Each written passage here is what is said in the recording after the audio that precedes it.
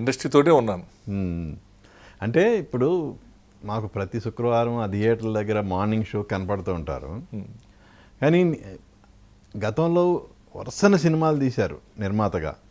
So ఈ ప్రతి శుక్రవారం సినిమా చూసిన తర్వాత ఆ సినిమాలు డిసప్పాయింట్స్ కొన్ని ఉంటాయి, ఏదో ఒకటి అరా హిట్ అయినవి ఉంటాయి. సో ఆ టైంలో అరే మనం కూడా సినిమా తీయాలి, మళ్ళా గ్యాప్ వచ్చిందని ఎప్పుడు అనిపించలేదా? అనిపించలా, ఇప్పుడు అనిపిస్తుంది. అందుకే మళ్ళీ లైవ్లో నొడగాలి ఈ రోజు వచ్చింది. ఎందుకంటే నెక్స్ట్ ఇయర్ ఏప్రిల్ నుంచి స్టార్ట్ చేస్తున్నా. ఓకే, 2 మూవీస్ స్టార్ట్ చేస్తున్నా. ప్రీ ప్రొడక్షన్ వర్క్ జరుగుతుంది.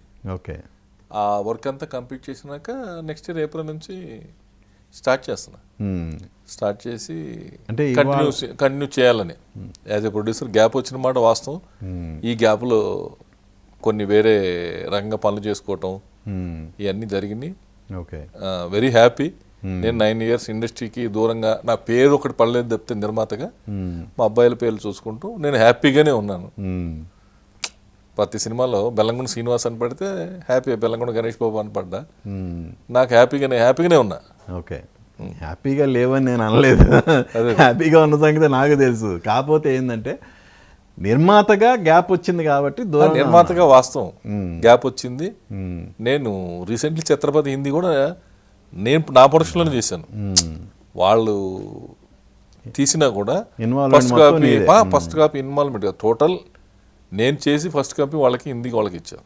ఓకే, ఫస్ట్ కాపీ బేసిస్లో చేసి ఇచ్చింది. సో ఇండస్ట్రీకి దగ్గరలోనే కంటిన్యూగానే ఉన్నాను. వాళ్ళు యాక్చువల్గా నా పేరే వేసుకోమన్నారు. వాళ్ళు ఓకే, మీ పేరు వేసుకోండి, మాకు ఫస్ట్ కాపీ ఏంటి అన్నారు.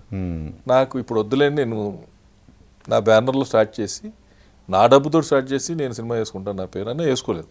యాక్చువల్గా ఛత్రపతి హిందీ కూడా నా పేరు వేసుకోమన్నారు. ఓకే,